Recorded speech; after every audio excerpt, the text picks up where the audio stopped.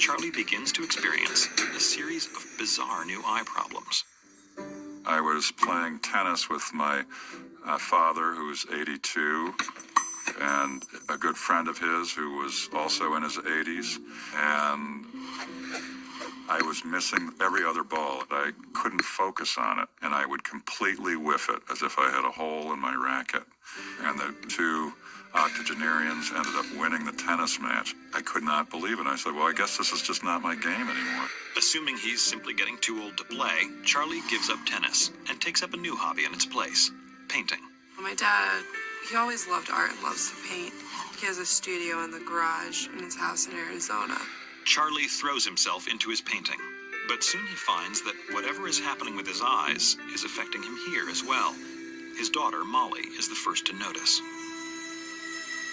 One time she came into my studio and I was sharing my work with her, and it was a painting with very large strokes on it, and she said, well, this is great, but I'm wondering why you left this big white space here. And I was like, did you mean to miss that spot? And he played it off as, oh God, I can't believe it. It's obvious, it's right there. How could I miss it? How could I miss it? A routine exam, he makes a startling discovery. She puts up the letters up on the light screen. And of course, the first letter is this huge, 1 foot by 1 foot letter E. And she covers my left eye, and I look at it. I can't see that letter at all. I was in shock. Now, an eye exam is showing that he can't see out of his right eye at all. Panicked, Charlie makes an appointment with an ophthalmologist, but after examining him, the doctor is stumped. He didn't know what it was. I thought, oh, well, if he doesn't know, then it's just something we can't do anything about. I'll be fine. I'm just going through a change in my eyesight, and everything will adjust and stabilize any minute now. The doctor recommends that he see a retinal specialist, but Charlie does not take him up on the offer. That's a mistake. That worried me, but again, I did not have a sense of urgency about going to see anybody right away. I buried it. I was procrastinating. Charlie returns home, figuring that he'll muddle through on his own. But with each passing day, he finds himself gradually shutting down. I would isolate myself. I started becoming depressed and anxious. He was in denial. I think at that point, he was really suppressing his anxiety about what was going on here. But then, one night while driving, Charlie's eye problems take a turn for the worse, and he realizes that his condition is becoming more than just an inconvenience. Looking out through my windshield was often like looking through sunglasses smeared with Vaseline. What would have been a fairly clear and straight road, it was difficult to see beyond 100 feet of the front end of my car. It was a little scary. And try as he might, Charlie can no longer keep his troubles hidden from his family.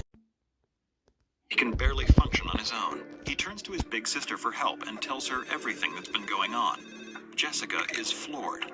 She has been having vision problems of her own, and they seem eerily similar to Charlie's. I wonder if it's A genetic. little alarm went off in my head because I had been through almost exactly the same thing when I was having vision problems.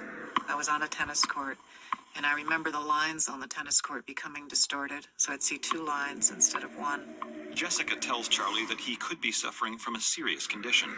She recommends that he come to Los Angeles to see the doctor who's been treating her vision problems, UCLA eye specialist Dr. Stephen Schwartz. The next day, Charlie is on a plane to LA. And then begins a thorough examination of Charlie's eyes.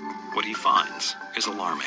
Charlie had evidence of previous retinal bleeding that had resolved spontaneously. So there was a footprint of some damage that had been there, almost like a high water mark. Retinal bleeding occurs when the small blood vessels behind the retina become inflamed and rupture, often obscuring a person's central vision. Retinal bleeding could be a sign of a serious condition, including irreversible deterioration of the retina. Schwartz immediately orders a series of tests for Charlie. Within an hour, he has the results. He had 2 two findings that were very worrying. First, he had a finding called peau d'orange. Rather than having a perfectly clear and typical retinal exam, he had patches in the retina that looked like orange skin. He also had abnormalities in one layer of the eye, just beneath or deep to the wallpaper, deep to the retina, that looked very much like cracks. We call those angioid streaks. It's pseudoxantoma elasticum. Pseudoxanthoma elasticum, PXE, is a genetic disorder in which elastic tissue throughout the body begins to harden. In the eyes, hardening of the highly elastic membrane behind the retina can lead to cracking. Small blood vessels take advantage of these cracks and grow through the membrane. Sometimes these blood vessels leak and bleed.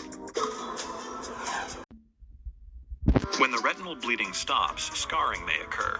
If the scarring occurs in a person's central vision, it can cause blindness. In Charlie's case, the bleeding stopped just prior to doing any major damage to his central vision. That's good. So Charlie asked me, am I going blind? And I told him no. Because if we catch this early and we start to give you these new medicines, you have every chance of not suffering the same effects that you would have untreated. For Charlie, it was the rarity of PXE that made diagnosis so elusive, as only 1 in 100,000 people worldwide are reported to have the condition. It is also genetic, and both Charlie and his sister Jessica have been diagnosed with the disease. The two work with PXE International, a research and support organization, in the hopes of raising awareness for the disease. Charlie undergoes regular testing to monitor and treat retinal bleeding. And while there is no cure for the damage that has already been done, Charlie and his family are learning to deal with his partially impaired vision. Thank you for watching. Make sure you like, comment, and subscribe. Hit the notification bell to know when I post a video. I'll see you next time.